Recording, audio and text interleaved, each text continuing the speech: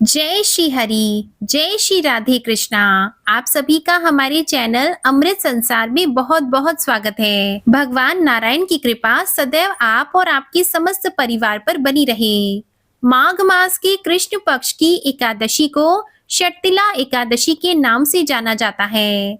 षटतिला एकादशी, जैसा कि नाम से ही पता चलता है कि षट तिल अर्थात 6 प्रकार से तिलों का प्रयोग करने की वजह से इस एकादशी को षटतिला एकादशी कहा गया है। शास्त्रों के अनुसार इस दिन भगवान श्री हरि विष्णु का पूजन तिल से करने से नरक की प्राप्ति नहीं होती और स्वर्ण दान करने के बराबर पुण्य फलों की प्राप्ति होती है।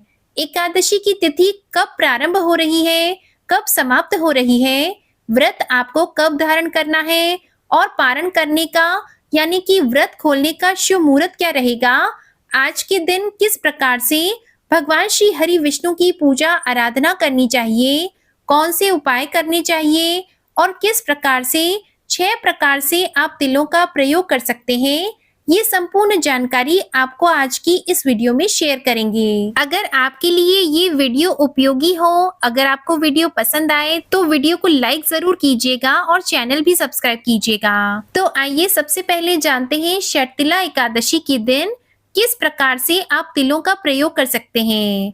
6 प्रकार से तिल का प्रयोग आज के दिन किया जाता है। पहला होता है स्नान करना, तिल का उबटन लगाना, तिल से हवन करना, तिल से ही तर्पण करना, तिल का भोजन करना और तिलों का ही दान करना। इससे स्वर्ग की प्राप्ति होती है, ऐसा शास्त्रों में वर्णित है। जीवन में प्रगति के लिए, जीवन में उन्नति के लिए इस दिन स्नान के जल में थोड़ा सा गंगा जल मिलाना चाहिए और कुछ तिल के दाने भी मिलाने चाहिए। स्नान के लिए आप काले तिलों का प्रयोग कर सकते हैं।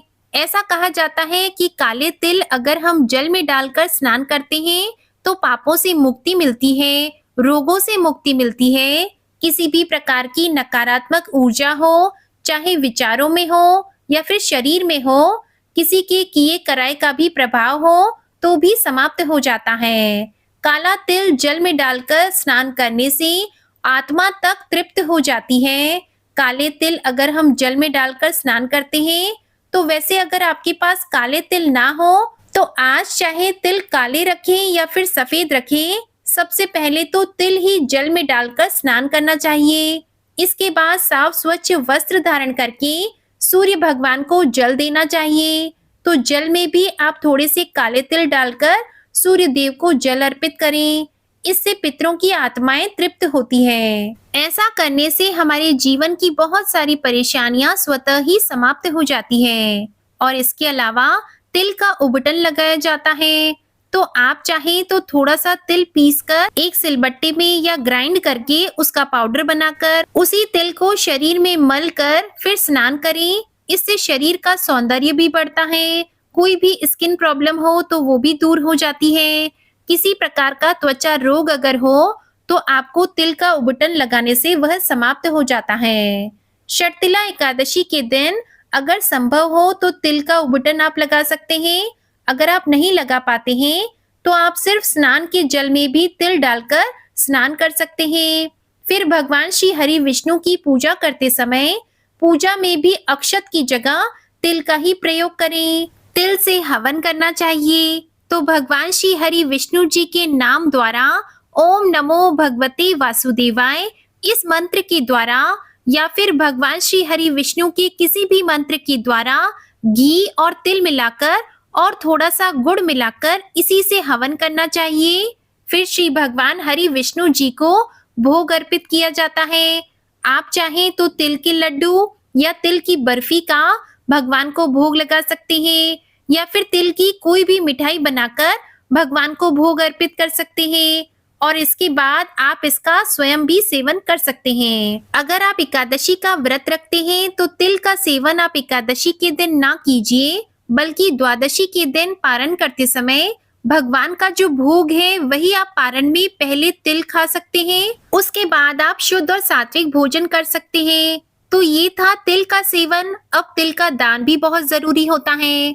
आज के दिन आप अगर दान करते हैं, द्वादशी को जो दान किया जाता है, तो दान की सामग्री के साथ ही तिल या फिर तिल से बनी हुई मिठाइयों का भी आप दान जरूर करें। माघ मास के कृष्ण पक्ष की एकादशी तिथि प्रारंभ होगी 24 जनवरी दिन शुक्रवार को शाम 7:26 पर और एकादशी तिथि की समाप्ति होगी 25 जनवरी दिन शनिवार को रात 8:31 पर। ऐसे में सभी भक्तजन 25 जनवरी दिन शनिवार को षटतिला एकादशी का व्रत धारण करेंगे।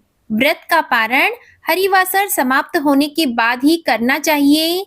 हरिवासर का समय द्वादशी तिथि का पहला चौथाई हिस्सा हरिवासर का होता है। द्वादशी तिथि प्रारंभ होगी 25 जनवरी दिन शनिवार को रात 8:32 पर और द्वादशी तिथि समाप्त होगी 26 जनवरी दिन रविवार को रात 8:54 पर। तो व्रत का पारण 26 जनवरी दिन रविवार को सुबह 7:12 से सुबह 9:05 तक के बीच में किया जाएगा। षटतिला एकादशी का व्रत का पारण गाय के दूध से या फिर जल, फल या तुलसी दल से व्रत का पारण कर सकते हैं।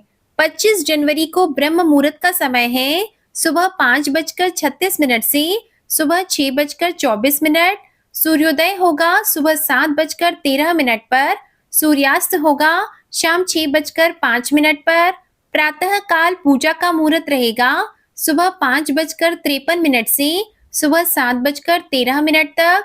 शाम की पूजा का मुहूर्त रहेगा शाम 5:52 से शाम 7:14 तक और राहु काल का अशुभ समय रहेगा सुबह 9 से 10:30 बजे तक। राहु काल के समय के दौरान कोई भी शुभ कार्य या नया कार्य नहीं करना चाहिए। इस बात का आपको विशेष ध्यान रखना है।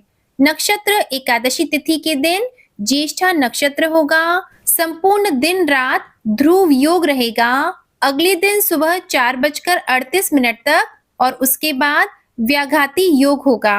आशा करती हूँ आपको ये जानकारी पसंद आई होगी। अगर ये वीडियो पसंद आए तो वीडियो को लाइक करके चैनल जरूर सब्सक्राइब कीजिएगा और कमेंट में जय श्री कृष्णा भी जरूर लिखिएगा। इसी के साथ षटतिला एकादशी व्रत की संपूर्ण कथा भी आप हमारे चैनल पर सुनेंगे।